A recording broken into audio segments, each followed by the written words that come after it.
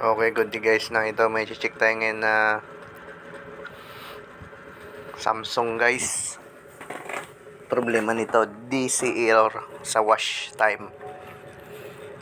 Sa wash guys, sa spin guys okay siya. Tapos doon naman sa wash, magbabalance na siya. Kakarga na, pag magsimula siya magkarga ng tubig, yun lumalabas na yung DC error niya. Chinik natin yung mga LED switch niya dito guys ha. Itong dalawang blue na yan, yung mga blue na socket na yan, yung paloob. Dito sa likod banda niyan sa top cover. Tinis namin itong isa guys, okay, may continuity siya. Pag mag-check kayo yan guys, dapat nakasarado yung pinto. Kasi ito naman yung isa chinik namin, ito guys yung may problema. Wala na siyang continuity.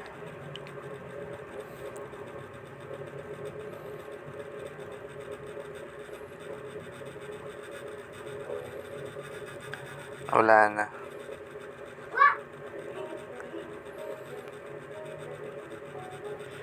Kaya ang ginawa namin guys, bypass na lang natin yan guys. Para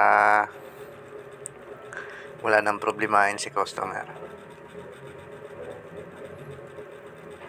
Kung time solution ang gagawin natin para hindi na pabalik-balik yung sakit na DC na yan. Bypass na lang natin yan. Pag bypass yan guys, pagdugsongin nyo na lang yan. Short nyo na lang yung dalawa na wire na yan.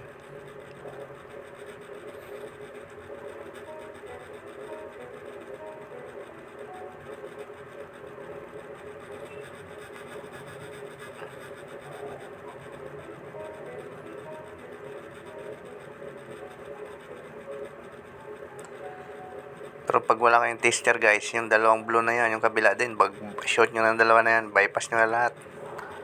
Para siguradong wala na talaga yung DC na yan.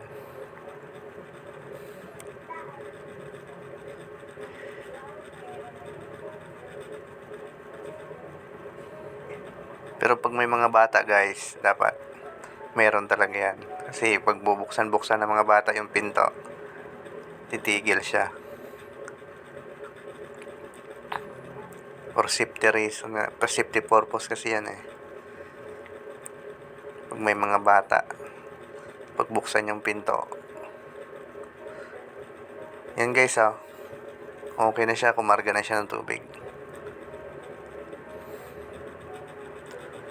Hindi na siya nagdi-DC.